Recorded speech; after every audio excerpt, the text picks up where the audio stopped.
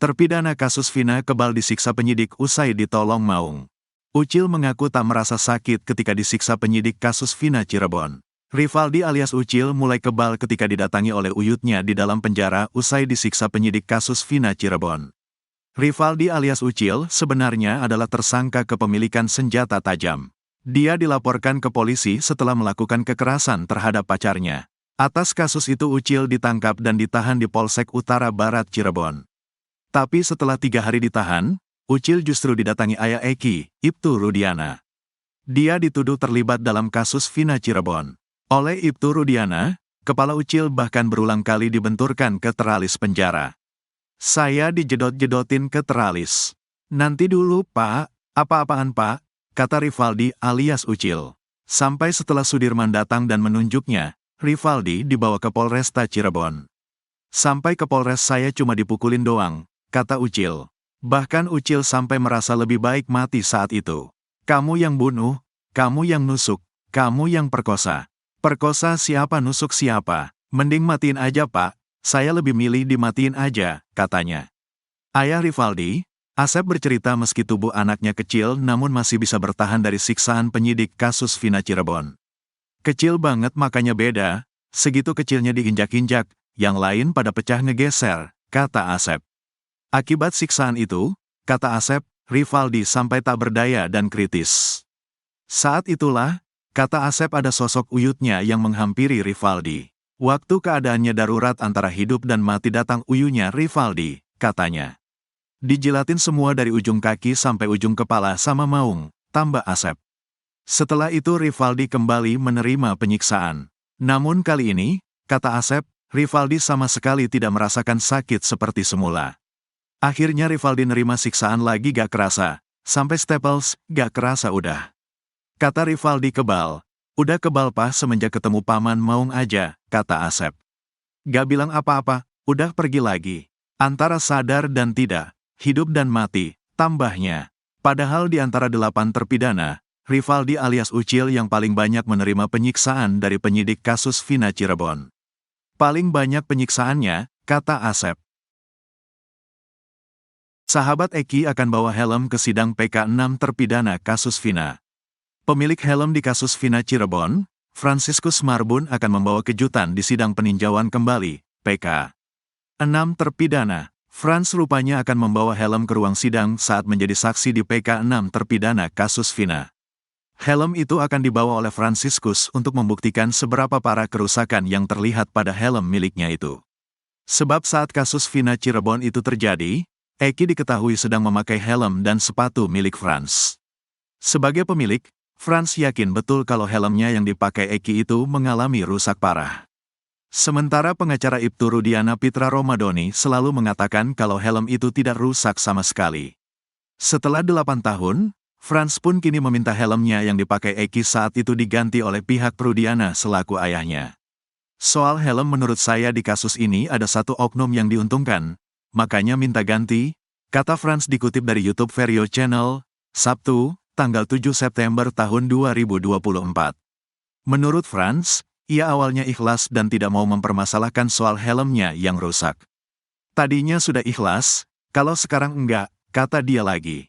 Franz juga mengatakan, helm miliknya sudah dijadikan barang bukti di tahun 2016.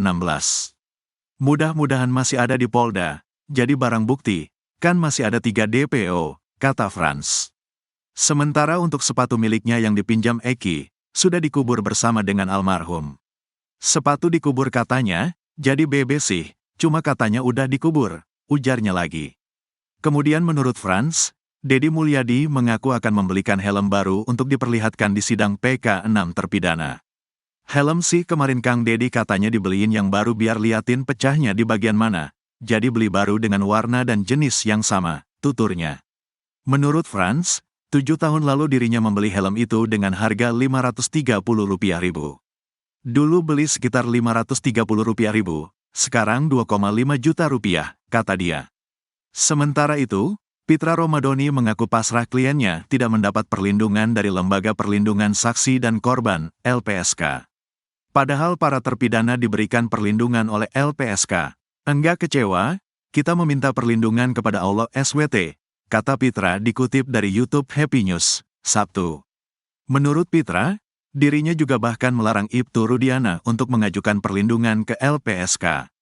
Karena apa yang harus dilindungi? Emang dia diancam gitu? Emang dia merasa nyawanya terancam keselamatannya? Kata Pitra lagi.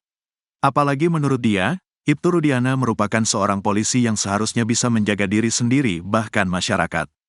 Terus ngapain kita minta perlindungan?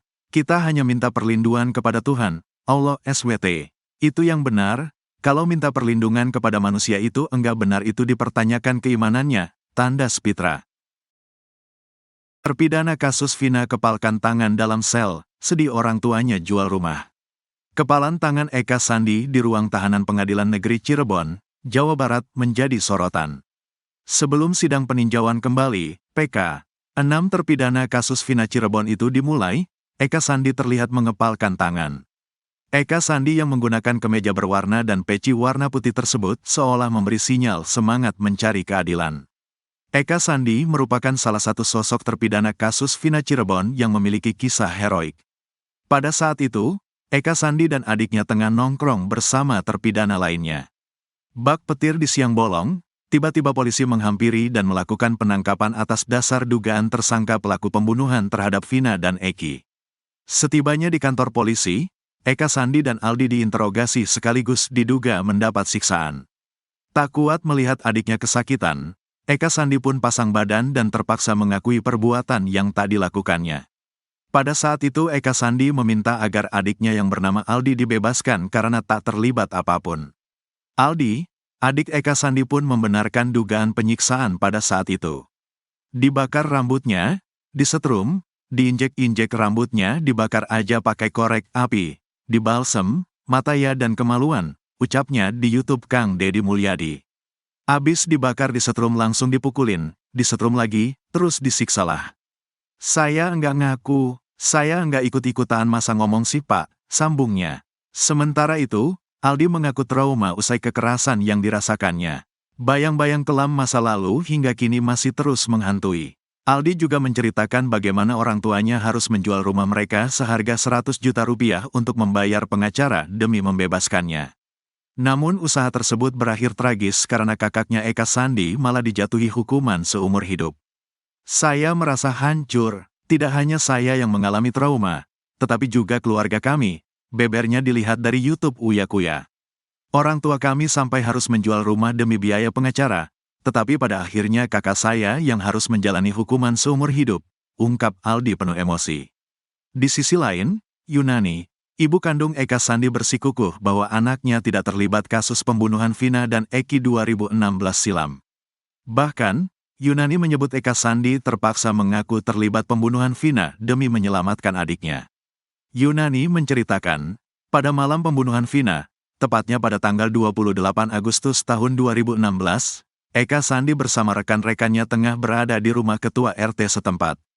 Namun tiba-tiba, Eka Sandi dan sejumlah orang lainnya ditangkap lalu dituduh terlibat dalam pembunuhan Vina. Paginya itu saya tanya, "Kak, kamu dari mana?" "Di rumah Pak RT katanya," ucap Yunani, dikutip dari tayangan Kompas TV. Sambil berurai air mata, Yunani menceritakan alasan Eka Sandi mengaku sebagai pembunuh Vina di hadapan polisi. Rupanya, kala itu adik Eka Sandi, Renaldi turut ditangkap polisi. Demi membebaskan adiknya, Eka Sandi terpaksa mengorbankan diri dan mengaku terlibat pembunuhan Vina. Jadi apa yang ibu rasakan, selama ini kan dia di penjara sekian tahun. Kenapa dia mengaku waktu itu? Tanya Otto Hasibuan.